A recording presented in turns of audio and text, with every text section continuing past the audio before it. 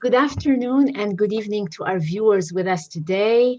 I'm Lyne Sneige, Director for the Arts and Culture Center at the Middle East Institute, and it gives me great pleasure to welcome you to our opening panel for our current exhibition in This Moonless Black Night, Syrian Art After the Uprising, curated by New York City-based researcher and writer Maymanah Farhat. The show opened on March 8th and is up until July 16th. You can make an appointment on our site to come see it in person in our MEI Art Gallery if you are in DC. Otherwise, you can view the works and engage with our programming online. I do recommend that if you are in DC to make the effort. It is a beautiful show. Thank you, Maymanah, for curating such a beautiful exhibition. You can find us on www.mei.edu Arts and Culture Center. The exhibition marks the 10-year anniversary of the Syrian uprising by showcasing leading Syrian contemporary artists whose work explores the hope, conflict, and trauma of the past decade through the experiences of ordinary Syrians. The exhibition's 14 featured artists reflect on the wide-scale destruction of the country and the plight of its displaced through painting, multimedia, photography, video, and installation. In the process, their work helps shape our understanding of the conflict from the peaceful start of the uprising to the resulting humanitarian crisis. What unfolded in the past decade in Syria is one of the largest humanitarian crises in our modern history since World War II. Today's panel is the first of many programs we will be putting together to amplify the exhibition's work and message and maximize audiences' engagement with the show. Our programs will include more panels, podcasts, and film screenings spanning the duration of the exhibition until mid-July. So keep your eyes on our flyers as we promote those events. Today, we're going to speak about the Syrian story and experience through the lens of some of its most exciting artists. I am joined by curator Maymanah Farhat, and for the moment, two of our US-based participating artists. We are hoping that we will be joined by our third participating artist. We'll see. There might be some issues in accessing the Zoom and the timing. Maymanah Farhat, our curator, as I said, Kevork, Mourad, and Lara Haddad. Welcome to you all. I am so delighted you have joined us today. I want to start by introducing all very briefly, and we can get right into our conversation. You can find their full bios on our site. Maymanah Farhat is an independent curator and researcher working between New York City and the San Francisco Bay Area. Her practice and interests have focused on forgotten art scenes. Her writings have appeared in many prestigious art publications and sites, and she has curated many exhibitions in the US and abroad.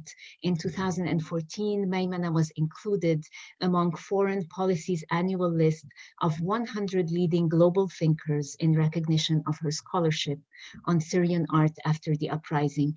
Thank you, Maymanah, for all the work you do, for the exhibition you curated, and for being with us today.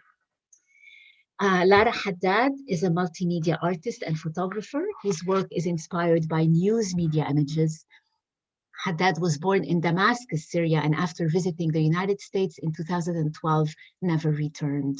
She received an MFA in photography from the University of Arizona in 2016. She has participated in group exhibitions in the US, Europe, and the Middle East. Lara, what a pleasure and an honor to have you with us today. Thank you. Thank you so much. Thank you. Kevork Mourad is a visual artist based out of New York City.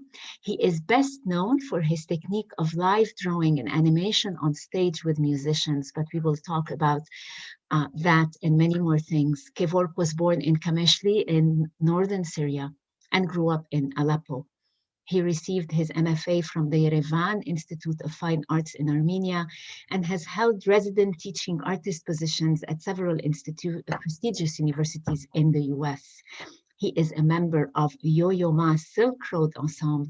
He has performed nationally and internationally. I will introduce and fold in Essma Imady if she manages to join us later on in the conversation. Again, welcome to you all. It is a pleasure and an honor to have you all today. Before we begin, I just have a few housekeeping notes for our audience. I will be taking audience questions through the Zoom's Q&A feature on the bottom of your screens. For those calling in by phone or watching our panel, you can ask a question on MEI, on events@mei.edu. And if you have technical issues, please email events@mei.edu. Feel free to ask a question at any time throughout the conversation, and I will incorporate as many as possible in our limited time. With that, I would like to start our conversation. And Maymanah, I would like to turn to you first.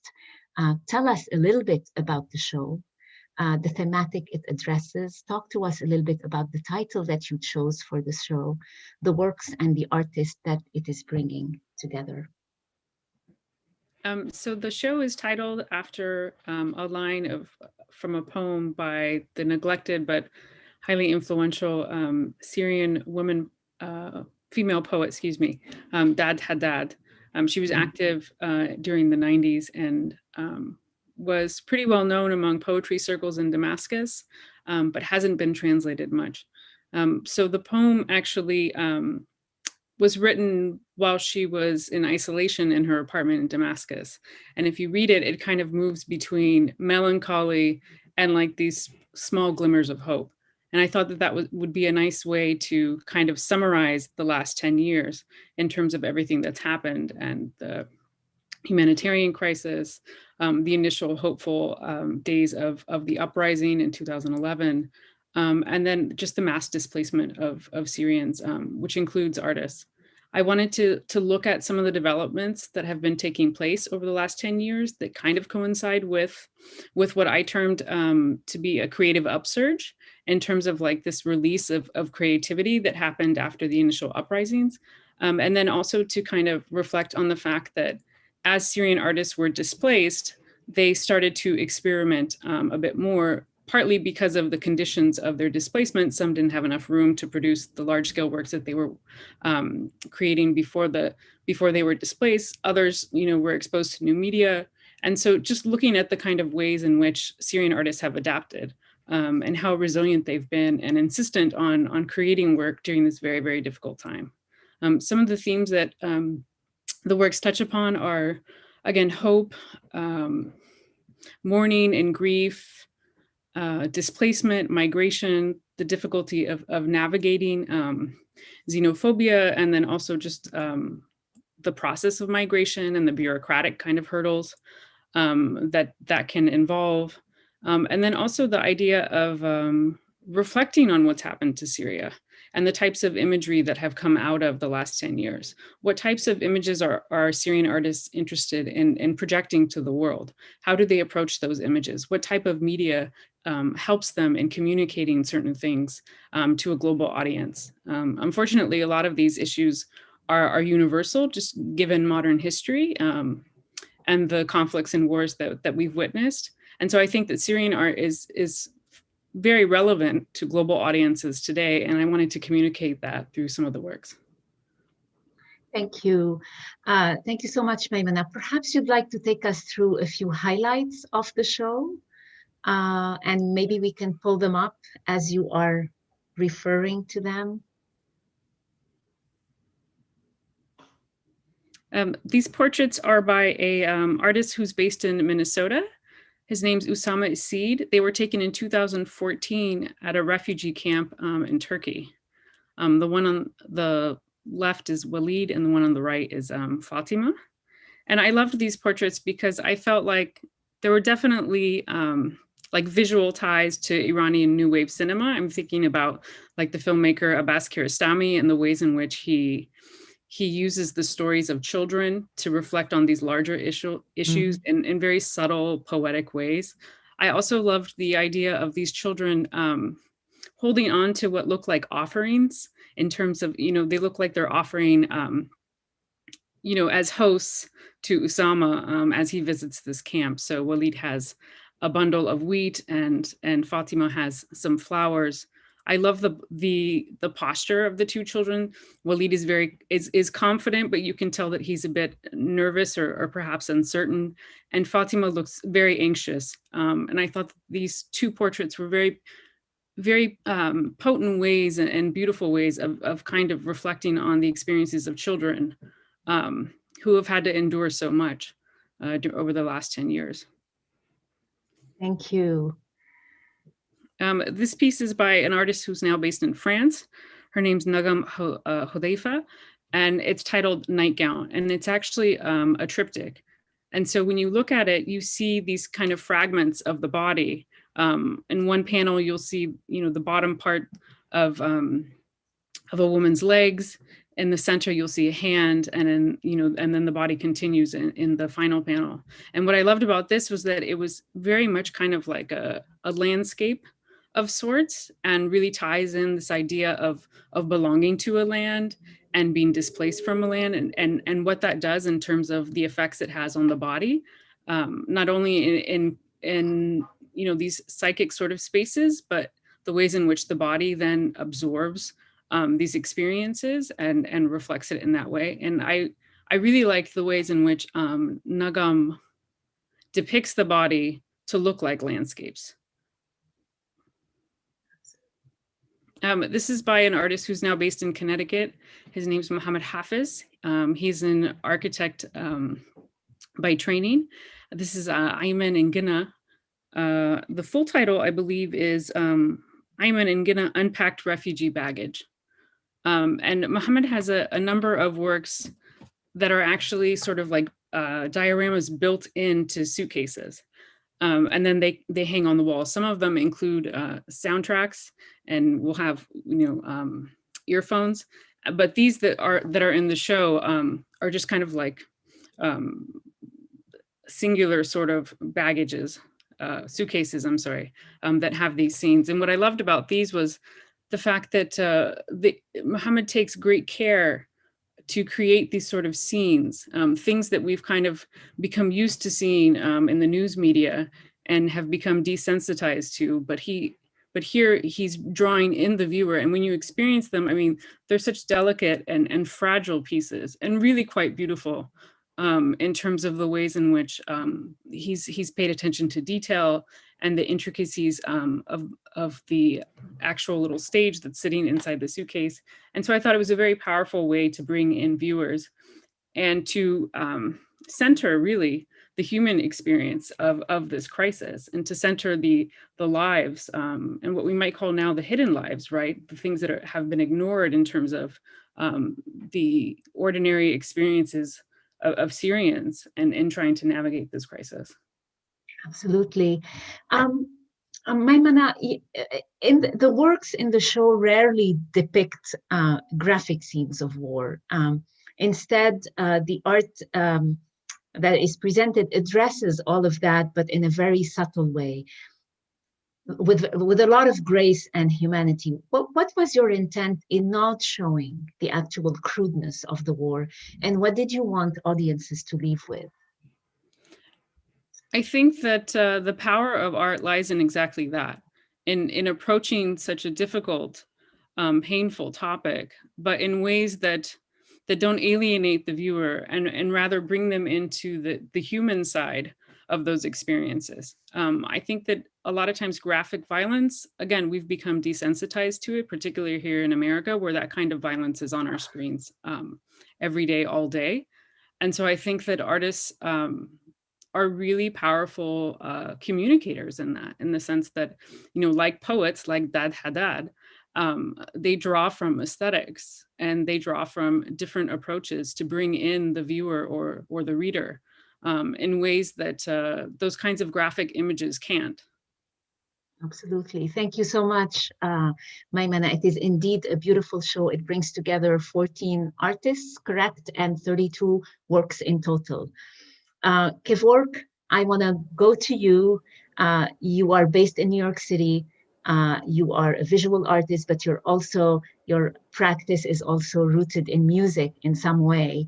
But before we talk about all that, we want to pull the piece that you have in the show and have you talk us through it. What does it represent? When did you make it? And what did you want to convey? Can we have Kevork's work up on the screen? Thank you. It is entitled Sanctuary City. Over to you, Kevork. Hello, everybody. Thank you for having us here. This is such a privilege to have a platform for Syrian artists together. Thank you, Maymanah, for putting us together to kind of represent the way we think. I think each of us, each artist, we have our way of documenting our time, and collectively this exhibit will reflect, and I think it's reflecting how we feel and what's going on in our mind and in our country through our works. So I wanted to put lots of stuff from my memory, Aleppo and Syria, Syria, I mean like Damascus and Kamishli and all this, into my works through their architecture forms and shapes. What it is, sometimes when you leave your country, your way for a long time, the shapes and images, it morphs into different sizes. You think your street is so wide, you go back and you realize it's very narrow. And some buildings, you think it's going to stay there forever, for centuries. You go back, it's completely kind of destroyed, and you see some ugly concrete building is built there. So the idea of pulling things from memory and rebuilding your country from your kind of emotions and stories that you collect from your friends, it's been part of my practice. And I go into stages, like for example, this work has these two worlds in it. The name is very American. Sanctuary City, when you hear about that, it's kind of a place where you can protect refugees, protect the immigrants, undocumented workers. So it's a fantastic concept. People don't know about this, that New York and San Francisco are sanctuary cities. When you're there, the government can't just say, okay, I'm not going to give you a driver's license. I'm not going to let you stay here. So that's an incredible concept. But at the same time, my memory kind of gives me this privilege to create a work like this, building two layers, creating two spaces. One could be falling, the other one could be building by your own hope, your own kind of ideas, what you want to project to your kind of hometown or country. And the other one is the reality. So the reality is in the back, happening all the time. But one thing very important in my practice is to bring different minorities, different cultures that existed in Syria, connect them together. So I remember we Armenians, when we came to Syria, we were the first refugees in 1915. Correct. We very quickly, Syrians, they welcomed us and they gave us this incredible privilege to have our schools and churches and all this. And so we recreated a new home for us in Syria. So for me to portray how we need to be thankful to Syrians who accepted us, and to be remembering our neighbors, could be Cherkess, could be Turkmen, could be Assyrian, could be Muslim, could be Christian. All this is part of the Syrian fabric. With this thread, with this rope, I'm connecting them together. When you connect them together, it looks solid. It doesn't fall, So that is part of it. And at the same time, I like to hide the element of this nostalgia and the sadness in the works. Some could be like this figurative works of, people are hugging and embracing each other at the moment of departure and all this. And I arrived to these forms in different stages. I have an animated film. It's dedicated to Syria. I don't know if you guys know. It's called 4 Acts for Syria. I did work mostly in Berlin. It was sponsored, and the prize was given by Robert Bosch Stiftung. So I did intensive research, learning, and gaining all the knowledge of the architecture and the forms of Syria. And I put that all in the film. This was 4 years ago. And with that knowledge, I slowly, when I finished the film, I started putting it in my works. So all the works has this language where I want to put my Armenian side and the Syrian side in it, plus the idea of being a kind of a, not refugee, but immigrant in the West. So I think the work should reflect that in it. That is so beautiful and rich, Kevork, the richness of your tapestry, of the tapestry that you just described to us, is the richness of, as you have described it, the fabric of the Syrian social construct. Thank you for this, and I want to come back to your larger, and we are just joined by our third artist, Essma Imady. I want to welcome her onto the platform and want to introduce her very briefly. Essma, you are an artist based in the Twin Cities, St. Paul and Minnesota. Welcome, ahla wa sahla to you. You have come in the nick of time. I am going to go to Lara Haddad and fold you into our conversation and have you talk to us from where you are connecting about the beautiful piece of work of installation that you have in the show. I will come back to you. I am very happy that you made it. Lara, can I go to you and have you share with us your piece in the show? There is, if I may say, a lot of torment and questioning that wraps your art practice in the fact that you have come to the US in 2012 and not been able to go back. The piece you have in the show is a very powerful piece. I would love it if you talk us through it and talk to us about what thoughts and frames this powerful piece, which is a blanket that we are seeing on our screens. Thank you, Lara. Thank you, Lyne, so much. And thank you, Maymanah, for allowing me to be part of this discussion about Syria and the last very, very sad and difficult decade in the life of the Syrians. After I left Syria in 2012, I came here for a visit, and I was planning to come back after a few months. Actually, my parents forced me to come here and spend a few months. And then when I realized that I'm not coming back and I'm not going to be sharing the fear and the anger and being also in danger with the rest of my family and friends, like many people who left, I started feeling the guilt that I left for a better future and leaving everyone else behind. And I started feeling it's made me kind of obsessed with news media, with looking. I started looking all day about all types of images that's coming out of Syria: news images, destruction images, photojournalism, even food images, or everything that was images on internet that's coming out of Syria. It was my way of feeling that I'm still part of that war and not just a very distant observer, a passive one. And one thing I noticed in many of those destructive and war images is that many times they're associated with very positive terms. Like if by example, if the rebels were in a conflict area where the rebels are in control, they would use a positive term like tahrir, which means liberating.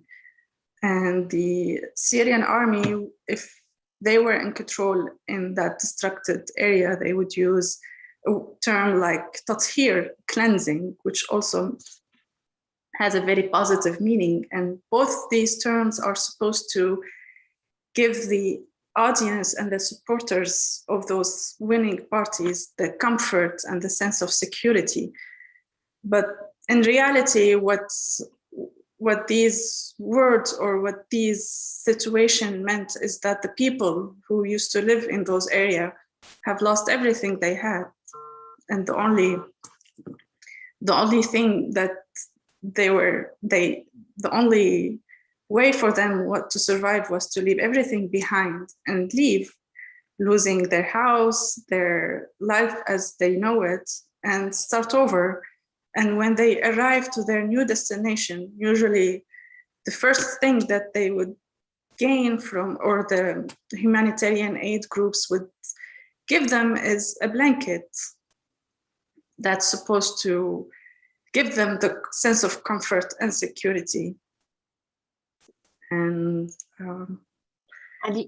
we are seeing the blanket onto which you printed that image, and it is very symbolic because you are playing on this opposites.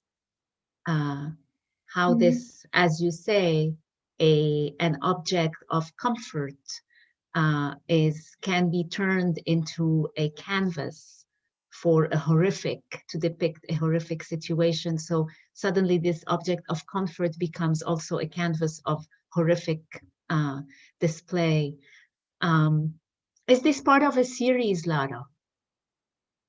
It's actually just part of a diptych that shows two blankets, and that's one has the term liberating, tahrir, and this one has the term cleansing. And I've used a lot of news images in my work since I came here because it was the way I was able to connect, and that's how I was able to live, to observe and live. It was just very distant and very, very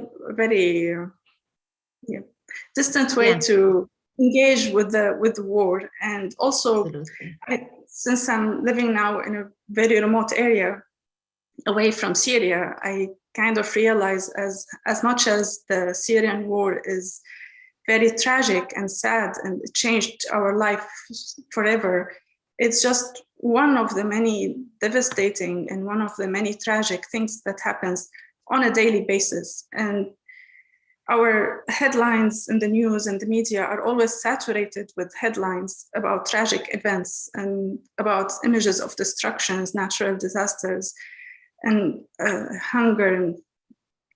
And so we usually, we interact and we empathize with those events and headlines and images for a very short time, and then we move on to the next tragedy, and we move on to our own struggles in life. So it's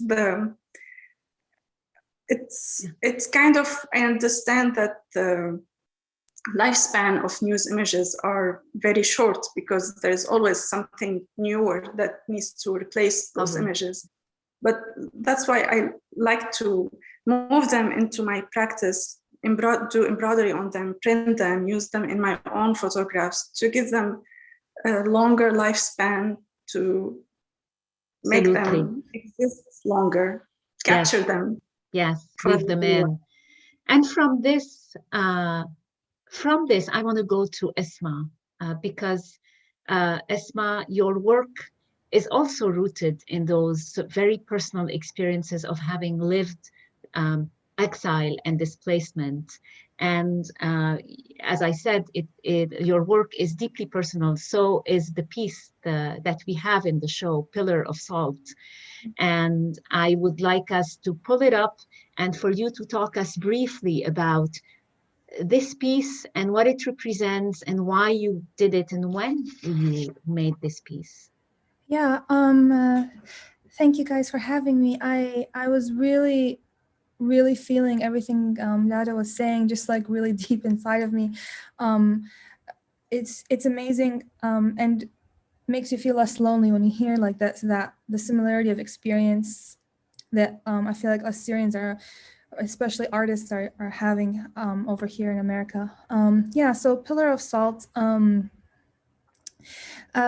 I made this in 2018, and this had come after I had gone to Turkey to visit one of my best friends, and I had a very young daughter at the time, 2-year-old, and she had a 3-year-old, and we were talking about like the formation of identity of our daughters, and how do you talk to them about something that like it's part of who they are, but it's so traumatic that us as adults, we are struggling to kind of grapple with it.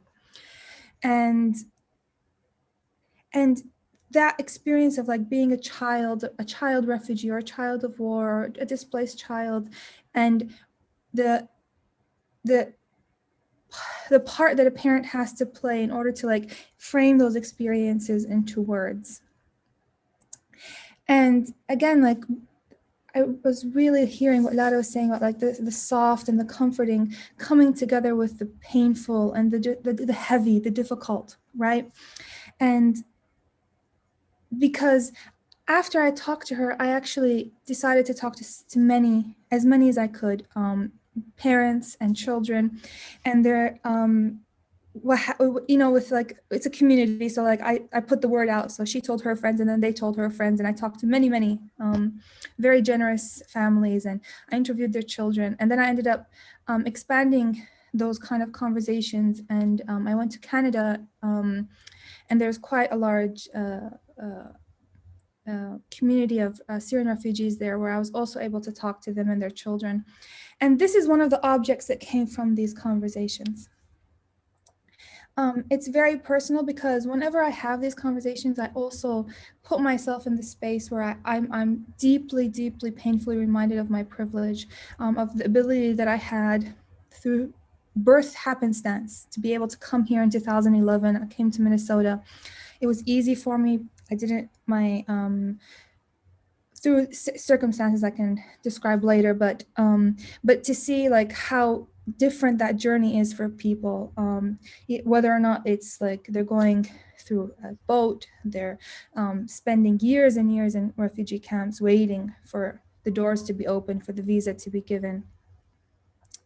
And so I always think about me and my children in these spaces. And in this particular piece, this is a backpack taken from one of those families, but I inscribed on the inside the name of my son, and it says Maymanah, like the first letter of his last name.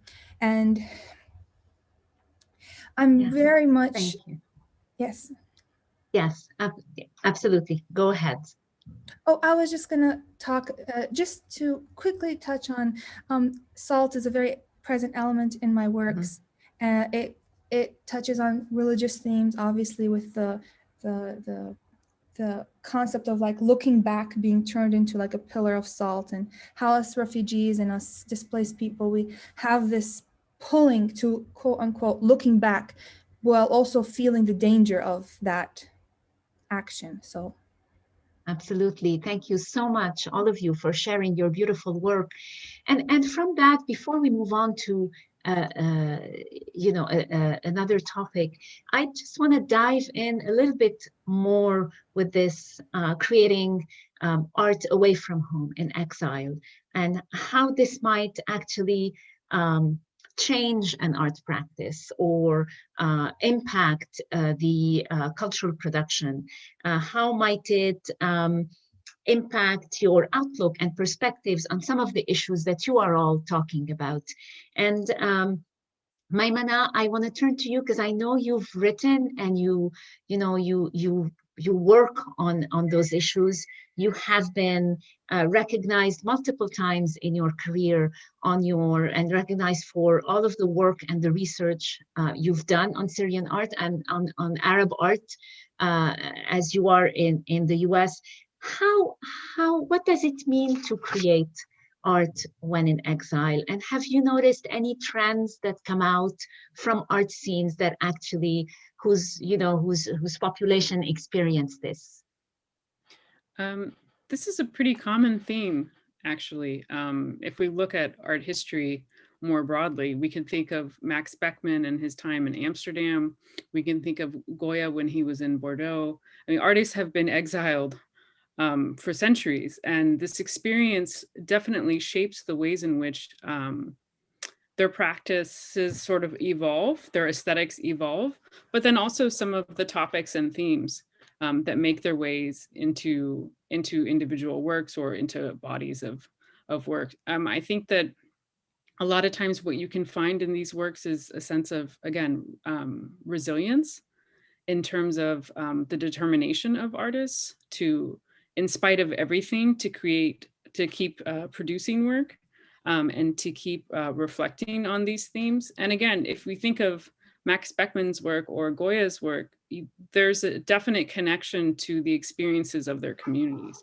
And I think that above all, Syrian artists have had a very strong commitment to their communities for a very long time, even before the outbreak of war. But that commitment has just been strengthened in the last 10 years.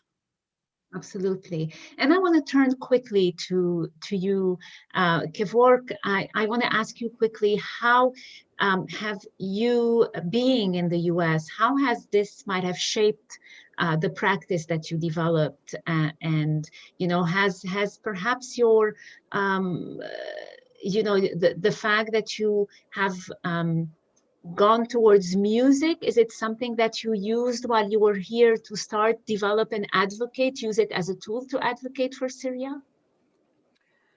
It's of course, a very interesting question and concept to work with as an artist, because we dig into our roots to pull and get inspiration from.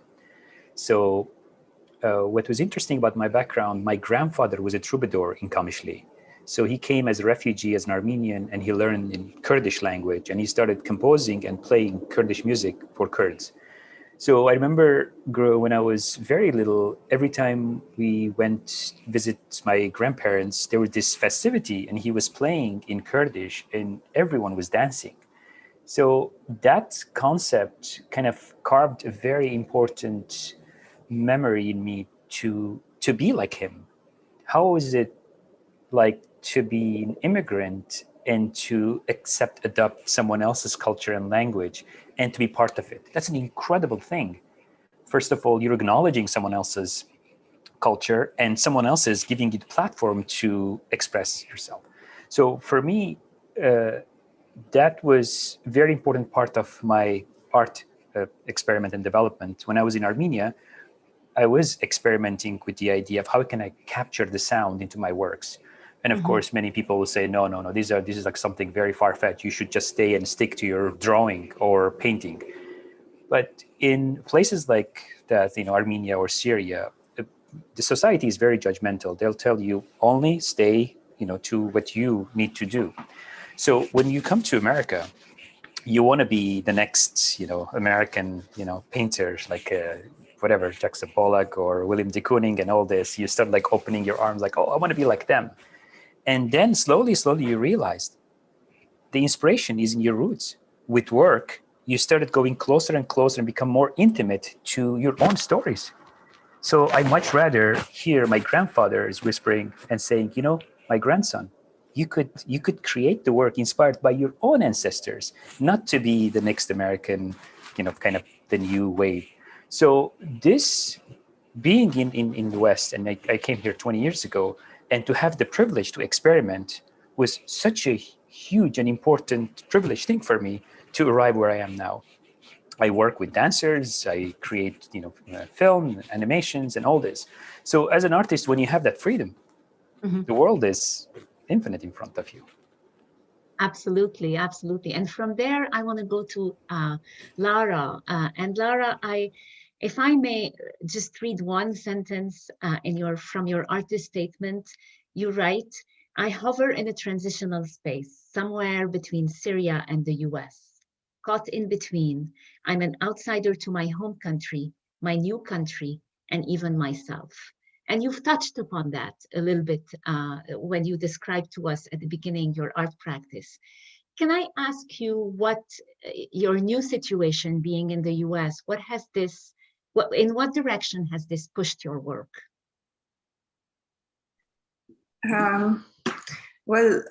Being in the US, thank you so much for the question. Coming here to the US has actually formed my art practice. When I was living in Syria, I was a computer science teacher. I taught computer science for college kids, and I had no formal education about art or anything. I just loved going to art exhibitions, and that was my only connection to art. But then when the uprising started, like most of people my generation, I became filled with rage and anger and fear and hope. And using words wasn't my strongest suit, and I didn't know how to express any of it. And felt like it was my duty to say what I need to say. So I found myself starting to use everyday objects and taking pictures from my window and creating still life photos and share them share them on social media. And people reacted to those photos like they were reacting to all the beautiful images that were coming out and being produced in 2011 and 2012. So, and then I came here to the States, and at that time, I felt that I need to have a stronger voice. I need to do better pictures. And so I contacted the people, some art professors at the University of Arizona, hoping that I could do some workshops or courses, and they tell me, well, okay, you can apply for a master's in fine art. So I did. I applied, and they were amazingly encouraging and helpful, but I found myself in a situation where I have no experience with, I never printed one of my pictures before, so I didn't know that I need to choose a certain paper for the images. I thought that, well, any paper would work. That's just, it's simple. So I had to learn everything with a new language. And when you're in art school, everyone speaks very elegant and eloquent and use artistic and philosophical terms that I had no idea what they were. So it was I started looking back at my friends and family who were still in Syria, and I found that I cannot share my life experience with them, and they feel like I'm starting to become distant. So I felt like I'm away from home, but I cannot connect with a new home, that because I'm not able to use my language. Even I cannot make the same pictures because, like, the stucco on the wall, all the everyday objects looks different. So I found myself just an outsider, not able to do anything. And I didn't know how to do any more images. So little by little, I started incorporating the news images, because that's how I became an observer and not living the war through my window. And I also started realizing that the struggle I'm having is not only the guilt part where I survived and the others didn't, is that I'm also, who am I now?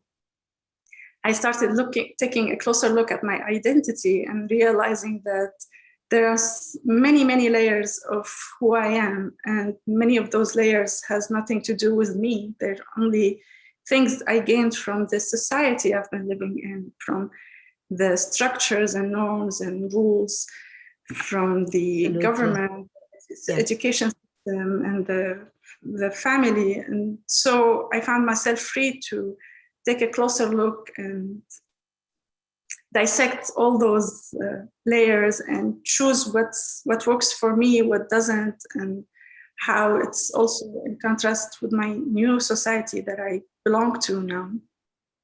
Absolutely. So Thank that's you. why I can feel that I'm trapped in that space, and that's why I started also using my body a lot in my images, because that was the only thing I had authority in, and that was me. And I wasn't in a physical space that I wasn't in ground in a specific space. I was just hovering somewhere. So Thank you. Yes, absolutely. Essma, I want to go to you. I hope I want to discuss another topic yet, so I hope we will have time at least to touch upon it. So I'm going to ask you to comment briefly on how, is it fair to say that you made your mark as an artist in the US, and your work, is deeply rooted in that experience of exile that you have lived?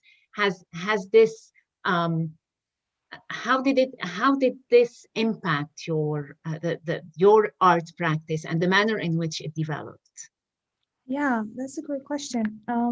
And it impacted a lot because as artists, we always have to take into consideration who's our audience, what's the context of our art. And if I was making this work for let's say completely Syrian audience, or even what I was expecting to be an Arab audience, it would be a completely different work.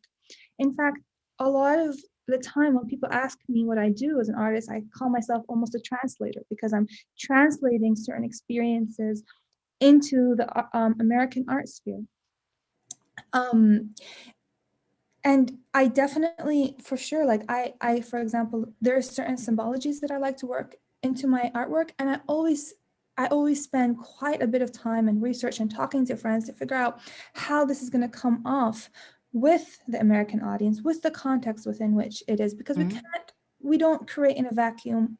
We ourselves, we're not vacuums. We come with the culture and heritage and family stories that we have, but we also need to think about where the artwork is existing. And especially as an installation artist as well, like that's already an idea that occupies me a lot, but then adding to that the layer of like almost like being like I said, like this translator is translating a certain emotion, a feeling, a thought, an idea into like this American art sphere. And so, for example, like using salt and talking about like the pillar of salt, like I was very intentional with that, thinking, well, okay, I do know that for a lot of Americans, that actually is a story that exists within their mythology, within their experience. They can relate to that. They can, that there is a path there. Like there is other things I could have used that perhaps sort of spoken to a similar concept that perhaps would not have that opening where that audience could find their way into the meaning of the artwork. So yes, for sure, being here, the main part is the audience, but also of course, like once I'm here, like I said, like we don't create a vacuum. So just being here for now, it's been almost 10 years. It's been 10 years. So it's affected who I am as well. So it's going to affect Absolutely. The language I speak, and the language I speak in this context is art. So thank you so much. So building on that, and that's one of the last frames that I'd like to discuss with you all a bit briefly. Looking at the time, I'd like to fold in a couple of questions that we are getting. So combined with this mass exodus of people and artists leaving Syria for other countries, there was also an outpouring of cultural production by Syrian artists abroad, writers, visual artists, filmmakers. They were so prolific, expressing themselves perhaps in ways that they have not done before, and carving pockets of creativities in cities that impacted also the host communities and stirred conversations in those host communities about other issues of migration and integration and borders and acceptance and inclusion. All of this happened. So I want us to reflect a little bit about this. And what do you think this outburst of art and cultural production, how has it impacted the Syrian art scene in general? And what is the relationship of this art scene in exile now with the internal art scene in Syria? Are they in communication? And if they are in communications, what are the channels of communication? Maymanah, can I go to you because we have very few minutes? I'm going to ask you to try to be brief. Can I ask you to frame this for us? I think after 2011, social media became a vital tool for the Syrian art scene. not only for communication, but exchanges of ideas. You had exactly what Lara was describing in terms of using social media to connect with people, to produce new types of imagery, to share new experiments. I think social media has been super crucial to having the Syrian art scene remain intact. If we look at a place like Lebanon and the civil war and the kind of suspension of the local art scene there and what ended up happening in terms of this break in the development of Lebanese art during those 25 years, we didn't have that with Syrian art because of technology and because of the very kind of close-knit circles that artists were already operating in beforehand. And some were already living abroad. We have people like Kevork, you have people like Marwan, who was in Berlin for a very long time, and who were always connected in one way or another. But so I think that social media has been very, very important to maintaining that connectivity. And then also to the exchange of ideas and new forms. And I see a lot of times two Syrian artists conversing with each other and supporting each other. There's so much support among the artists and the circles and networks that they move in. And I think that's been the most important thing. And I don't think that artists in Syria that are still there are completely cut off. You have someone like Issa Touma, who's in Aleppo, who's very active on social media and has been an important figure in the Syrian art scene for a very long time. So I think that definitely it's been a very strong and powerful way, not only to connect with global audiences, but with each other. Thank you. Can I go and get your thoughts on this, Essma? Yeah, I was just thinking about that. I think it's twofold. I think, yes, definitely social media, very important, especially like with the advent of like the new type of film that's very popular with Syrian artists today, which is like low quality, kind of mimicking the images of violence that are coming out.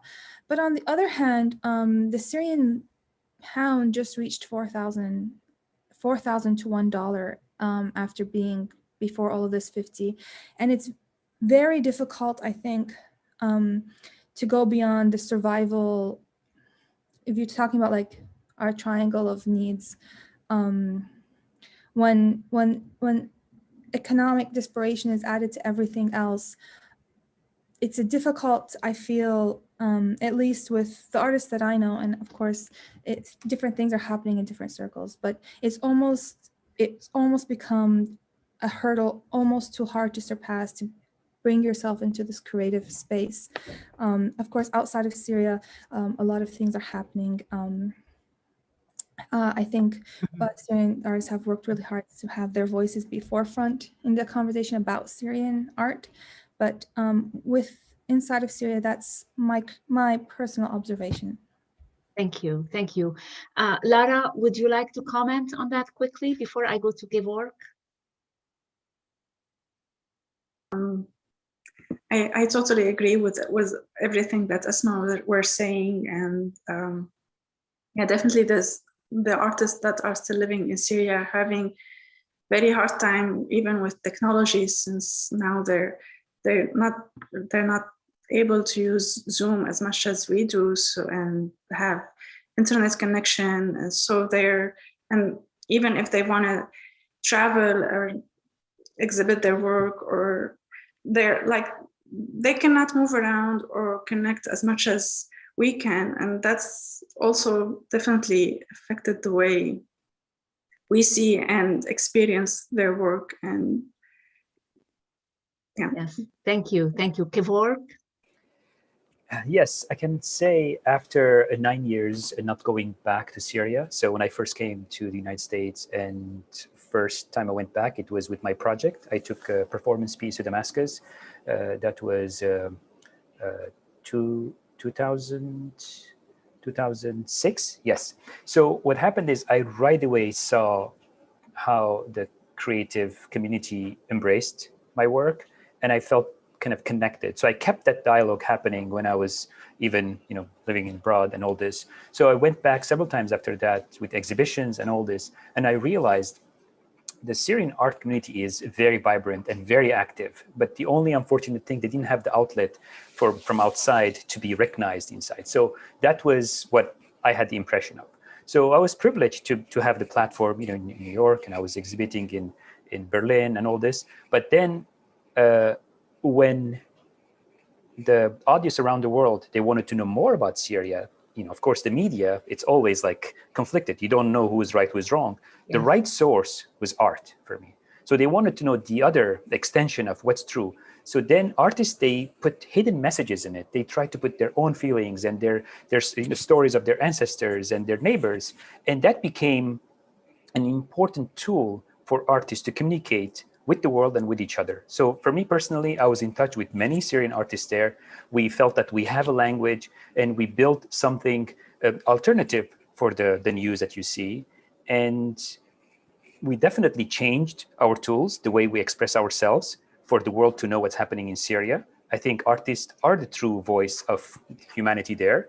And we need to always be like that to reflect what's happening actually in the country. And I'm very proud of being part of this exhibition. This exhibition gives a glimpse of the reality of what's happening in the country through artist lens.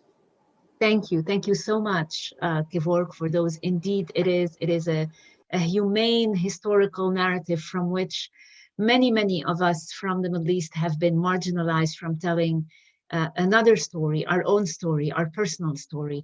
I want to fold in a few questions. There is a question about what is happening in the art scene inside Syria today. Some of you have responded to that. Would someone, Maymanah, do you want to, or someone wants to respond very quickly to that? If anybody has any insight? I can say there's the Kalimat Gallery has a space in Aleppo. The doors are still open today. They're not exhibiting, but the director is paying a salary for the workers there. They opened the extension gallery in Istanbul. They're exhibiting Syrian artists there. That's a wonderful news. I know the famous sculptor in Damascus, I think his last name is Ali. I forgot his first name. He has a gallery space there. He's active and is exhibiting there. The art scene, it's slowly kind of reviving to a bit normal. That's what I know about. That art transcends all, and I am sure that the art scene is vibrant. It is difficult, like many other places in the Middle East, but artists have a way to work and transcend that, and thank God that they do, because that is what we have most precious. It is what has been produced in the Middle East over this trying time is a national treasure. Can I add one more word on this? So this Kalimat Gallery in Istanbul, they just opened a group exhibition 2 days ago. It's dedicated to Marwan. I think Maymanah would mention this Marwan As-Sabbashi. He's a very well-known and important Syrian artist. Around 100 artists, they dedicated their work to Marwan. It's all on paper. It just opened there in Kalimat Gallery in Istanbul. It's a fantastic thing how artists, again, the way you said, Maymanah, they support each other, they understand each other's message. So they create this exhibition, homage to Marwan's passing. Beautiful indeed. There is a question about the exhibit, when it is open and where it is, that I will take. The exhibit is at the MEI Art Gallery in DuPont Circle in Washington, D.C. It is open to the public. You have to go to our website, www.mei.edu, Arts and Culture Center. You have to make a timed appointment. It is open to the public safely with masks and limited people in 30-minute slots.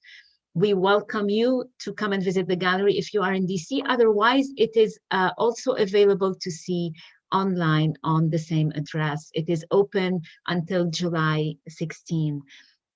Our time has come to an end. All good things have an end, unfortunately, and we must close our conversation. I want to thank you all, my esteemed panelists, for sharing so genuinely and honestly with us today your insights and your work and your emotions. I want to thank all our participants, for joining us to our panel today. It has been an incredible conversation. Syria is scattered all over the world. It lives everywhere, and it is sad and beautiful at the same time. Please look out for our future programs. We will be organizing many more panels over the exhibition's stay. So have a wonderful rest of the day or evening, depending on where you have connected with us today. And thank you very much. Bye-bye.